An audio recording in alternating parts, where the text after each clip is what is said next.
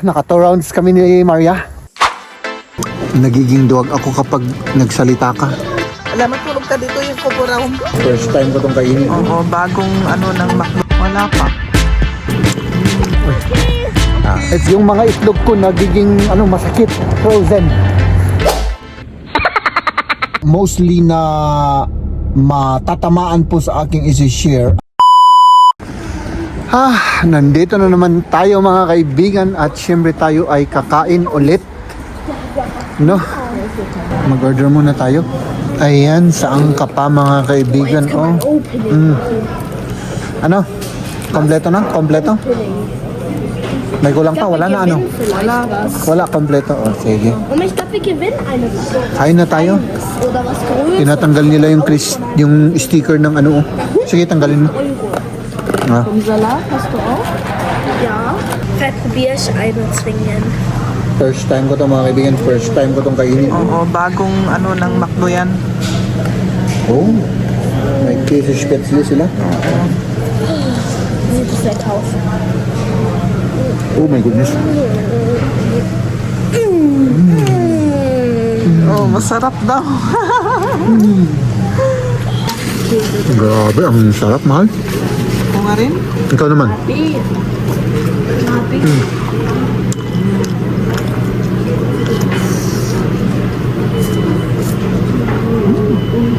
Kakaiba ano?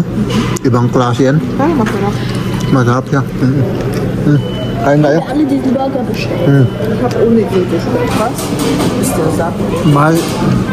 Dessert. Guck mal, McFlurry, aber klein. Das, was wir hier haben. Nein, Mama. Ein Schokoeis in klein. Ice cream daw. Coupon ba? Nein, das ist halt McFlurry ist das nur. Nur McFlurry. Kuha daw siya ng dessert natin mga kaibigan. Para makompleto yung araw. Yeah, that's thanks to you. At siyempre ituturuan ni Liam kung ano yung ipipindot daw nila.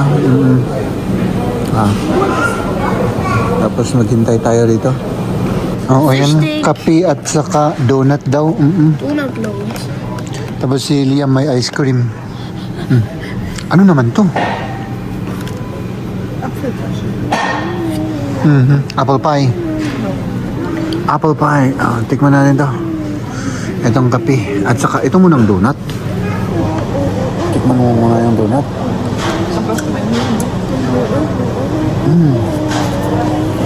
Grabe. Mal, tikman mo yung donut. Pistachio ba yan? Grabe. Ang sarap. May laman pala. May laman sa loob. May laman loob yan. Bituka. Ano? Matapang yan, mahal. Natikman ko na kanina. Matapang ano? Sarap. Oo. Kasing tapang ko yan. Pero nagiging duwag ako kapag nagsalita ka. Siyempre, ikaw yung boss manager eh. Boss na nga, manager pa. Ano? Busog kami at pupunta kami dun sa may pagpraktisan ng mag roller skate. Silya mag-practice. Punta tayo dun sa kalsada na bakante. Diba? Para mag-practice para... Ayan, walang sasakyan. Pwede tayong lumabas. At diretso lang. Nandito na tayo. Oh ha? Dito magpaparaktis daw si Liam oh. Dito siya magpaparaktis. Maglakad tayo doon. Mag-round tayo dito hanggang bumalik tayo dito. Saan yung mga yun? Grabe yung busog ko, mahal Grabe. Matulog muna ako dito. Inaantok ako sa busog ko. Alam, matulog ka dito yung kuburahon. Kabarao mo dito daw ako matulog. Ay nako. Titrang. Sige na. No, grabe titurog mo. Oo. Siyempre, busog ti Chan. Iso nga po. May Liam! Alaw, May. Come here. Ilagay ulit natin yung kanyang mga protection. Ah, doch. Ja, okay, das ist leer. Naangin na, ano daw? War alles leer. Naangin, oh. Sige. Para magparak-practice siya. Ja. Du tust die. Aua. Okay, ja. Ah, pala. Dito muna kayo, sandali, ha? Paano ko kayo ilalagay dito? Ganito na lang. Oh, ayan. Para makita nyo naman kami. Up. Liam, come here. Akin yun. Yeah. Come here. Dito ka, dito para makita tayong lahat. Baka ma-out of frame tayo eh. Oo. Ito yung protection ng kanyang tuhod. Medyo ipitum. Midget ipitok. Para tayong astronaut si Liam. Yung mga may mga Astronaut. assistant siya. Ano? Nakita pa? Welche Seite? Sag mal. So. Ah, nee. Lagay natin dito para Ich kenne mich da aus. kahit na ano siya hindi siya masasaktan ng husto. Up. Sandali lang, anak. Anak. Ay, nako. Mga kaibigan, samahan niyo yung mga anak ninyo sa kanilang mga hobby. Para makapag-banding rin kayo. Ano, mahal? Oo. Hindi lang jigi-jigi, ano? Jiggy jiggy. Ikaw lang nagsasabi niyan. Ako lang nagsasabi. Ni sulsuruto na tibag pagamon. Mal, jigi-jigi naman, banding ang ibig sabihin nun. Wala akong ibang, ito. Das ist richtig. Tama yan, tama. Einfach fest. Yan. Ja. Schon eng. Sonst komme ich nicht drum rum. Yan. Yan. Yung Ja, ich finde auch. elbow. Lang machen wir nicht. Huwag na tayong tumagal dito, mahal, ano? Ja, oo, kasi ang lamig. Grabe yung Das ist lamig. schon kalt. Oh, okay, man. Pwede na? Hindi pa pala. Akala ko pwede na eh. Okay. Ang daming trabaho. Matrabaho ito, mga kaibigan. Aber die ganze Hose ist noch. Oo. Tignan mo. Kailangan tamang-tama, fit na fit para hindi maano yung ano niya, paa. Hindi ma-injured ba?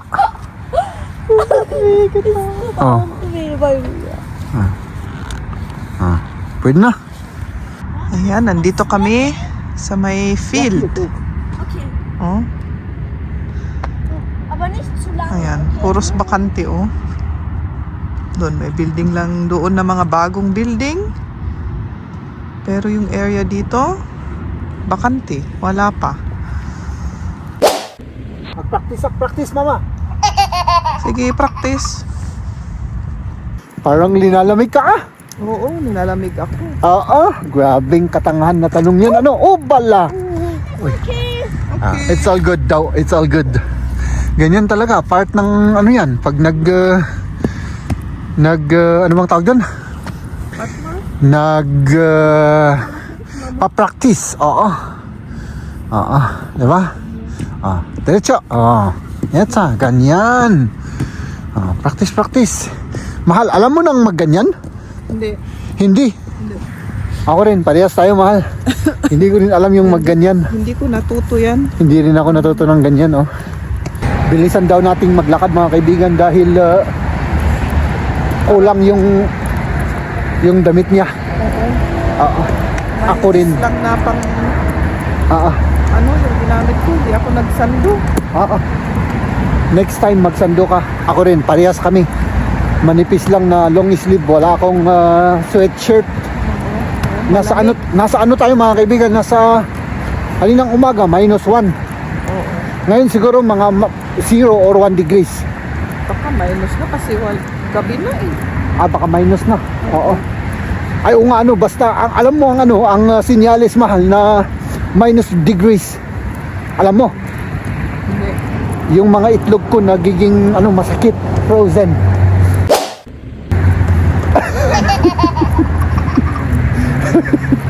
Ayan. Doon tayo galing. Nasaan na yun? Doon.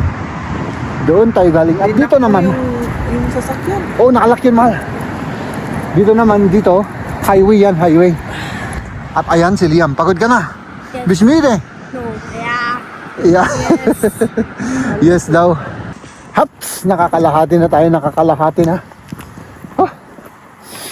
At least naka-on yung yung mga street light. Medyo lumiwanag na ng kaunti. Ayan. Doon pa tayo doon. So, Mal, ang liwaliwanag pala dito pag gabi, ano? Oo, maraming ilaw. Maraming ilaw. Naka 2 rounds kami ni Maria. No? Oo, nag-round kami dito. Hindi yung 2 rounds na Maria, ha? Yung 2 rounds na nag-walking, ganun lang naman. Ano? Oo na. At tayo ay umuwi. Para makatahimik ka na dyan. Oo. Hindi ko kasi talaga maalis sa isipan ko yung mga ganung bagay, Parang, hindi ko alam. Parang hindi ako mabubuhay kung hindi kita inaasar. Ano? Oo. Maniwala ka sa akin. Kapi na. Let's go home. Good morning!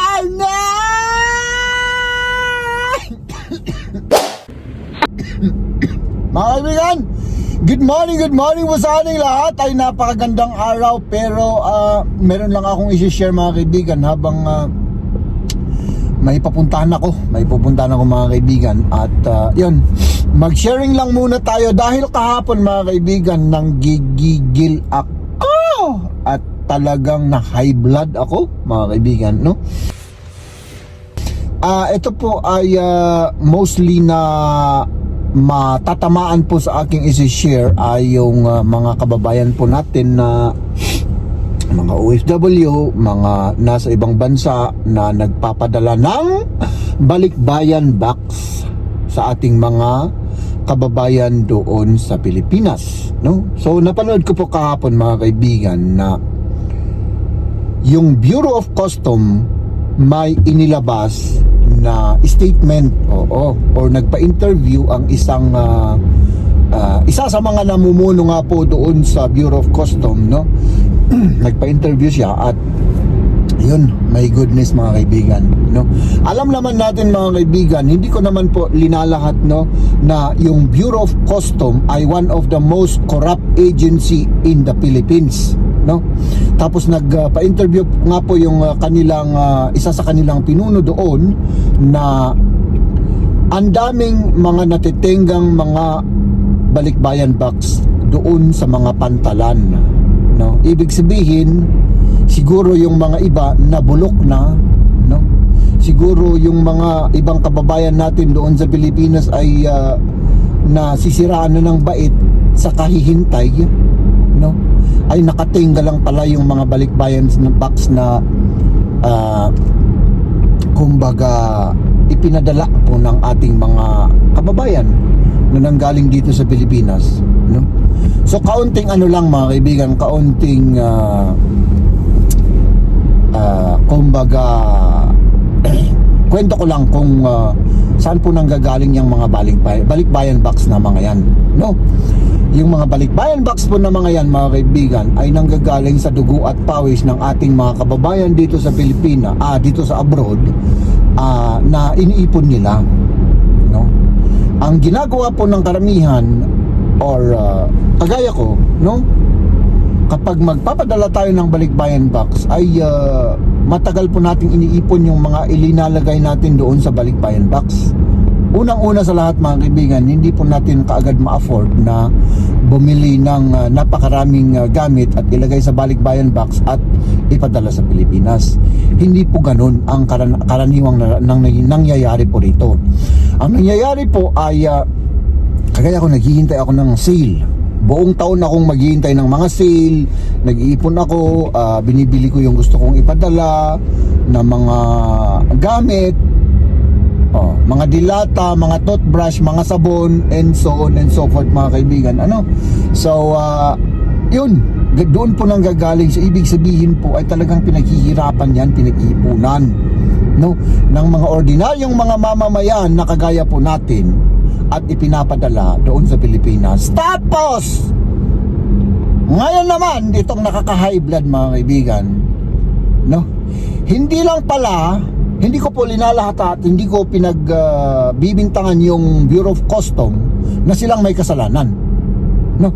Hindi lang pala yung Bureau of Custom ang may problema, kundi yung mga hinayupak na mga company na nasa iba't ibang bansa na binabayaran natin para ipadala yung ating mga balikbayan box doon sa Pilipinas.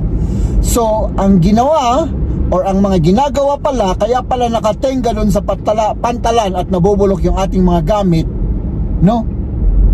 Ay hindi pala nagbabayad yung mga hinayupak na company. Hindi sila nagbabayad. So, ibig sabihin, nagbabayad ako ng 100 euro sa isang karton, no? Yung 100 euro na yon dapat may ibabayad rin doon sa Pilipinas or doon sa custom. Hindi ginagawa ng company yun. Hindi nila binabayaran yung kanilang obligasyon para ma-deliver yung mga balikbayan box. So mga scammer. Talagang na high blood ako. Talagang galit na galit ako, no? Kasi mga kaibigan, syempre naranasan ko rin na kahit paano man lang ay minsan, isang beses ako nagpadala ng balikbayan box. Inipon ko yung na laman nun eh. No, hindi naman tayo mayaman dito sa abroad, di ba? Naghintay ako ng mga sale. Naghanap-hanap ako ng mga sale na mga gamit na kailangan ng